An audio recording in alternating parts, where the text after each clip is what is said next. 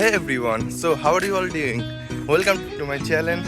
I am Nitu and I'm gonna share with you today about some topics like that so many people have asked questions to me over the Instagram and YouTube, like lots of similar questions. So I thought of sharing all of the answer by this video.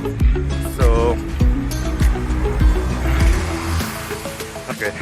So today I'm gonna share this few questions. So first of all, I am doing my masters in data science from University of West Florida, and this is my last semester here. And I came here in August 2022, and I'm gonna graduate in spring 2024. And so I am here for almost 1.5 years. I'm gonna share all my experience out of what I understood by this 2 years. So first question was, what is the cost of living here?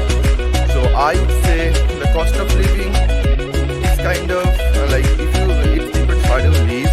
If you live in an apartment, like 1 bedroom, 1 bathroom apartment, it will be like the apartment cost itself is 700. Like my apartment cost when I came here, it was right now is 710, 720 kindish.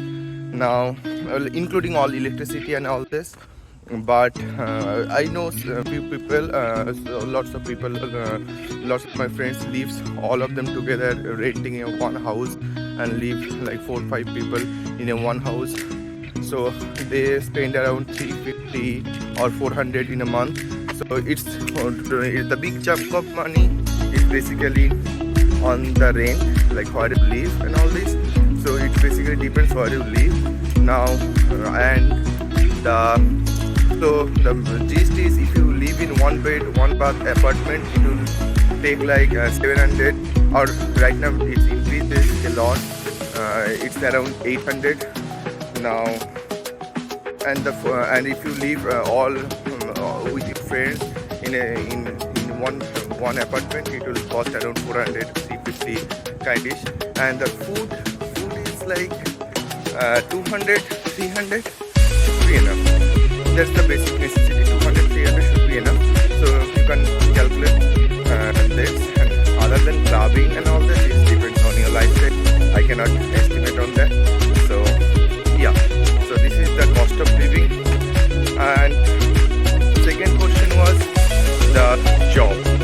Is it easy to get a job on campus? No, it's not easy, but it's possible. So I am doing international graduate orientation for last 3 semesters.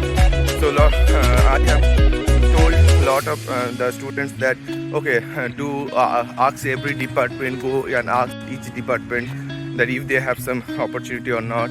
If they got one, they will give you. So it's basically like that. So those who listen to me, I know lots of people who they came here without any job, but after coming here, they just approach each and every department, each and every places to if they have any opportunity or not. And in that way, like lots of people got the job. So that's the thing I like. They came here and approach. You need to come. If you want to get a job, you need to approach each and everybody if they have any job or position available or not. So that's the main thing. Secondly, TA-ship and graduate assistantship or RA-ship, it's tough. So I have a TA-ship, I have a graduate assistantship.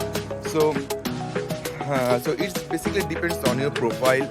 So if you already have a good profile, then like if you have a job experience, if you have a good grade from your country, if you have a good qualification, maybe a master's or something, then you can approach the department. Okay, this is all about my profile, and I wanna get a job to support my education. And to write, and it's like I know there is no separate application for graduate assistantship when you apply, but once you get admitted, you can just always email the corresponding department chair that okay, you got admission and this is your profile, and this is the most important thing is this is your your profile, and this is how you can benefit the department by your work. So this is the most important thing. So you should mention all these points. So if you just say I do this, and I need that, it might be might not be convinced, but if you say like, okay, I did this and that, and this is how I can benefit the department through this approach. So then it might be okay. This guy is okay. So they might give you the opportunity. So be like mindful when you write the email to the department chair. So this is the two things I can suggest to write the email. And then if you just coming from an undergrad, you don't have a research project, you don't have any, then it's hard to get an assistantship, especially GSE. So in that case, what I suggest is come here and first semester go and approach professor whom you are taking class with, or ask the friend who is a good professor to do research with. Everybody will suggest. And yeah, so once you and go and approach that professor, maybe 2-3 different professors, one of them will say yes, you can do research with me, and start doing research immediately, and start producing research result. And once you are doing research for like one semester, I'm pretty sure if they have there is a 90% chance you will be getting the assistantship or TAship from the next semester. So that's the key. Once you came here, go and ask the professor for research if you can do research with them.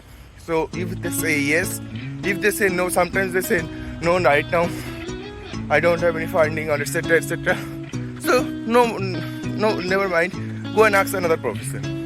So that's the key. You cannot be introvert. First of all, you cannot be introvert. You need to be outspoken and approach everybody. Don't think about I cannot say, like lots of people, like even I had that belief like I cannot speak properly, and what I can say about my accent, nobody will understand my accent. Those are the common thing is with everybody. So you are not uncommon. You are just pretty normal. So don't think about those. The professor will understand. They are dealing with the international students for long years.